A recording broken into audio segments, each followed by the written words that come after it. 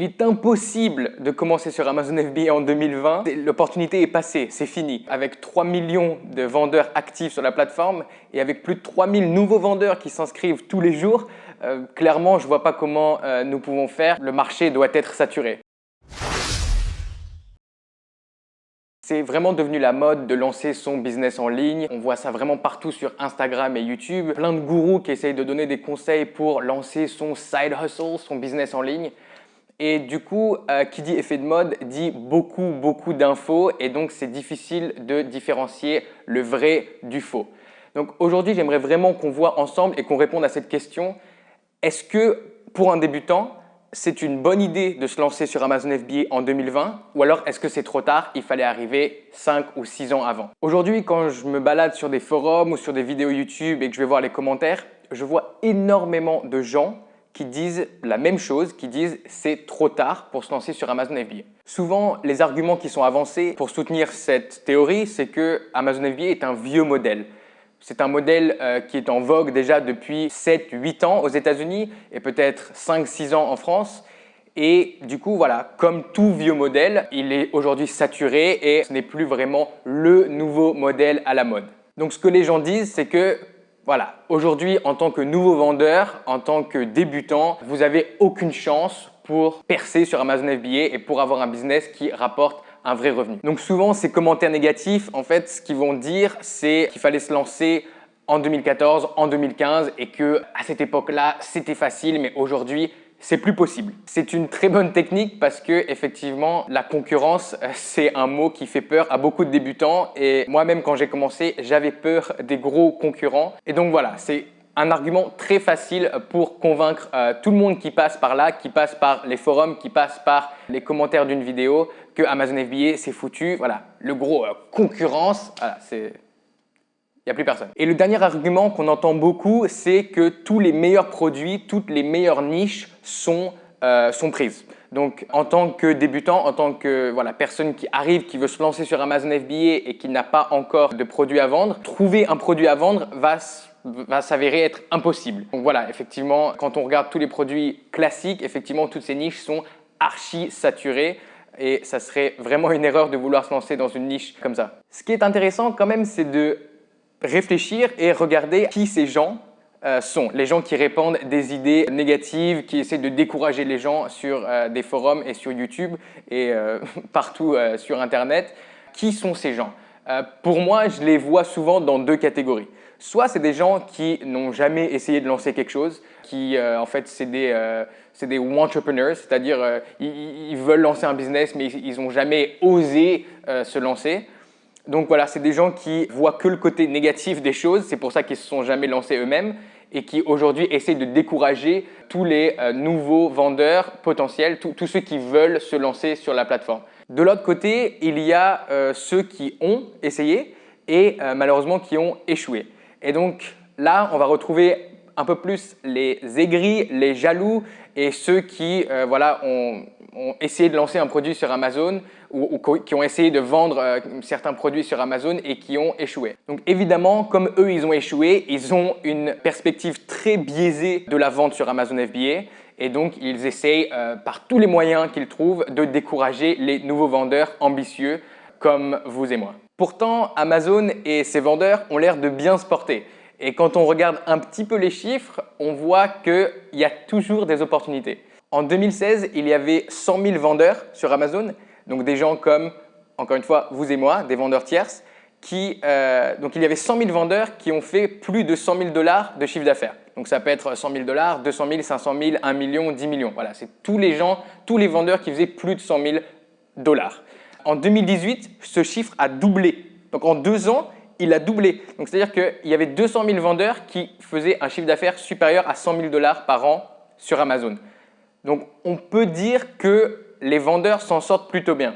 Ce qui est encourageant aussi, c'est que les ventes d'Amazon continuent d'exploser à travers le monde. Amazon continue de s'étendre et ce qui est bien et ce qu'on peut voir à travers les chiffres, c'est que les petits vendeurs tierces, ceux qui ont des petites entreprises, continuent de prendre une plus grosse part du gâteau d'Amazon. Donc aujourd'hui, les vendeurs tiers, ça représente environ 58% des ventes réalisées sur Amazon. Donc c'est quand même une proportion énorme et c'est une proportion qui s'agrandit d'année en année.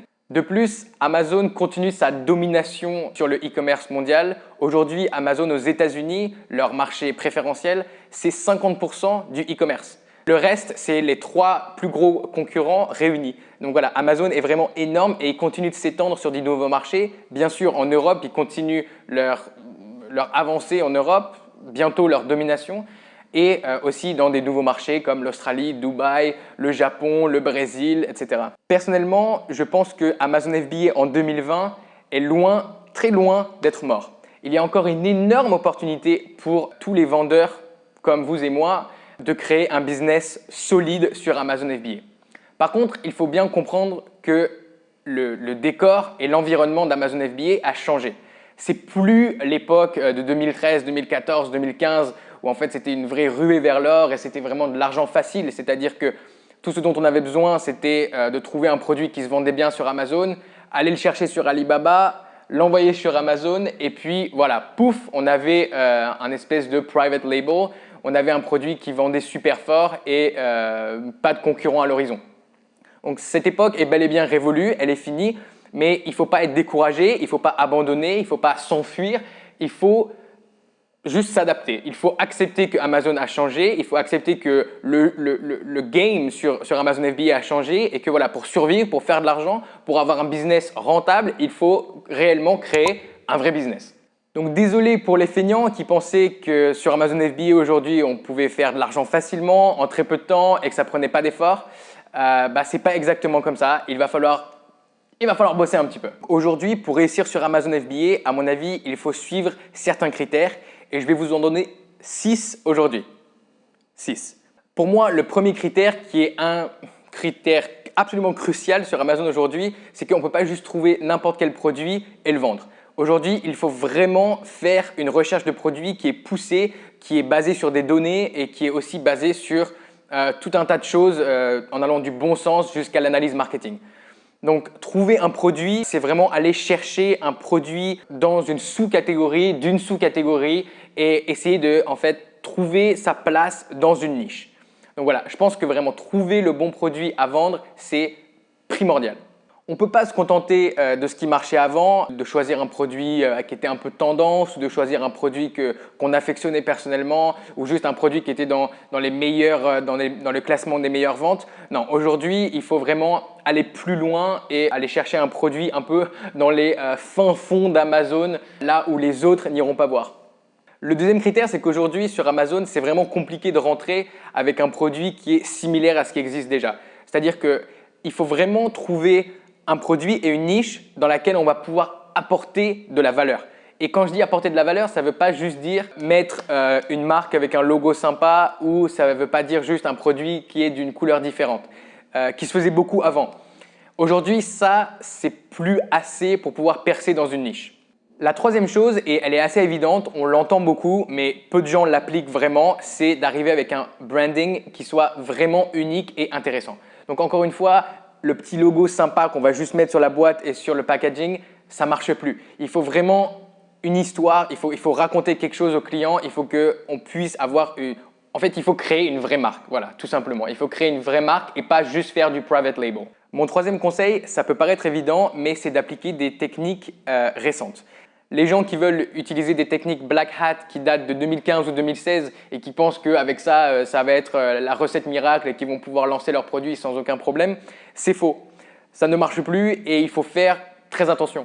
Donc que ce soit pour la recherche du produit ou que ce soit pour le lancement d'un produit, c'est vraiment deux choses auxquelles il faut faire extrêmement attention parce que si on utilise des méthodes qui ne sont pas à jour, ça peut vraiment faire mal. Donc voilà, si on utilise une méthode de recherche de produit qui est trop vieille et qui ne marche plus aujourd'hui, on va se retrouver avec un produit vraiment qu'on ne peut pas vendre.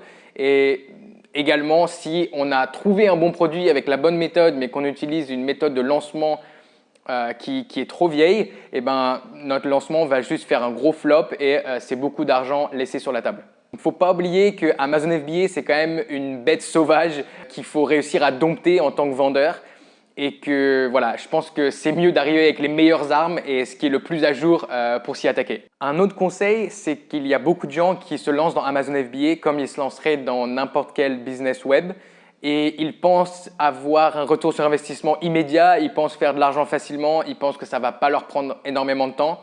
Je pense que c'est une énorme erreur et c'est une erreur qu'on voit beaucoup de débutants faire. Les vendeurs qui ont réussi sur Amazon FBA, ce sont ceux qui se sont lancés avec une vision de long terme et qui avaient vraiment cette ambition de monter une vraie entreprise, un vrai business, une vraie marque ou plusieurs marques. Et eux, voilà, ils vont créer quelque chose qui est pérenne dans le temps, ils vont créer quelque chose qui a de la valeur et pas juste un petit business où on va gagner quelques centaines, peut-être quelques milliers d'euros par mois. Non, il faut rentrer dedans, faut y aller quoi. C'est go hard or go home comme ils disent en anglais. Et évidemment, le dernier conseil que je peux vous donner si vous voulez réussir sur Amazon FBA en 2020, c'est de mettre un petit like en bas de cette vidéo et de vous abonner à la chaîne parce que il va y avoir beaucoup d'infos sur cette chaîne sur comment monter un business Amazon FBA. Et donc voilà, je pense que si vous voulez rester à jour sur ce qui se passe et sur ce qu'il faut faire sur Amazon, abonnez-vous et n'oubliez pas aussi d'activer la petite cloche pour avoir toutes les nouvelles vidéos en notification. C'est vraiment l'astuce la plus importante, je vous conseille de ne pas l'oublier celle-là. Donc pour résumer, je pense que effectivement Amazon FBA est mort en 2020 pour ceux qui veulent se lancer et avoir un petit business rapide, de l'argent facile, quelque chose comme ça. Par contre, je pense que vous l'avez compris, l'opportunité de se lancer sur Amazon FBA en 2020 est encore grande ouverte pour ceux qui veulent lancer un vrai business avec une vision de long terme. Faut pas oublier que dans la vie, il y a ceux qui passent leur temps à commenter sur des forums ou des vidéos YouTube pour décourager les autres et puis il y a ceux qui montent un business. Je pense que j'en suis un bon exemple. J'ai lancé mon business sur Amazon FBA fin 2018, donc assez récemment. Et même à ce moment-là, il y a plein de gens qui me disaient commence pas ça, commence pas Amazon FBA, je connais un mec, il a échoué, c'est fini, c'est mort. Et au lieu de me concentrer sur les gens qui me donnaient des infos négatives comme ça, et surtout c'est des gens qui n'avaient pas d'expérience dans Amazon FBA, j'ai écouté des gens qui avaient eux des business rentables sur Amazon FBA, des business qui marchaient bien. Et j'ai écouté leurs conseils et au final, je me retrouve 1 an et demi plus tard avec un business qui est bien dans les 6 chiffres. Mon mot de la fin, ça serait que si aujourd'hui vous êtes motivé et que vous voulez vraiment lancer un business en ligne, Amazon FBA reste une option super intéressante avec énormément de potentiel. Et je vous encourage à vous lancer dedans. N'oubliez pas de vous abonner à la chaîne. Je crée cette chaîne pour partager mon expérience avec vous, pour vous donner des conseils et pour vous accompagner dans le lancement de votre Amazon FBA business. N'oubliez pas de vous abonner, d'appuyer sur la petite cloche pour avoir les notifications et j'espère vous retrouver très vite dans une nouvelle vidéo.